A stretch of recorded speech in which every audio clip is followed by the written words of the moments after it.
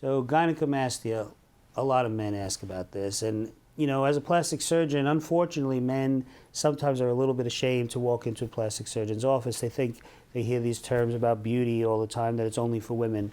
But we all know that there are issues that affect men. And one of the most common issues that affect men is gynecomastia, which are male breasts.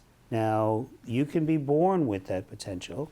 I frequently see it in teenage boys. There's nothing wrong with them. There's no hormonal problems. There's nothing wrong at all. Simply more breast tissue has developed. Or sometimes it comes later in life. Sometimes older men, the proportion of estrogen to testosterone changes and you can develop breasts. It can happen from taking medications or drugs. And it can happen from taking hormones when you're trying to, as some men do, trying to gain muscle mass, and that can change.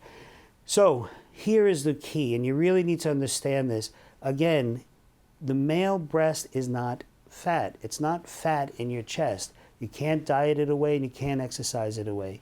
And you can't just liposuction it away for the most part. Sometimes you can with some of the more advanced laser lipos.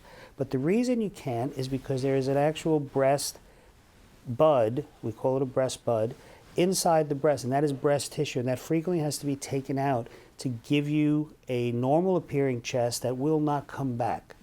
So again, you really need to talk to an experienced surgeon that really understands that, so that you don't make the mistake of having someone put a cool sculpting device on there and tell you that they're going to get rid of it, or just use traditional liposuction and tell you that they're going to get rid of it, because it's not going to work.